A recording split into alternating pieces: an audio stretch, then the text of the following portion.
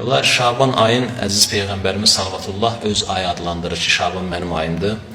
Şaban ayının əməlləri haqqında ümumi istəyirdim bir neçə kəlmə söyleyeyim ki, Rəcəb ayında olduğu kimi bu ayda öz xüsusi namazları ilə, öz dua və zikirləri ilə, oruç tutmağın savabı ilə, yaxud sədəqə verməyin hansı fəzilət daşıması ilə əhəmiyyət kəsb edir. Birincisi, deyirlər ki, nə yaxşı olar ki, insan hər gün 70 dəfə istiğfar diləsin. Qısa istiğfar, əstəğfirullaha və əsəlhu təvbə bu şəkildə. Yaxud bunu bilmirsən, bacardığın şəkildə, ən qısa. Və buyurur ki, bu ayın ən yaxşı dua və zikirləri çünki istiğfardır, elə bağışlanma diləməkdir, Allahdan bağışlanma diləyib tövbə eləməkdir.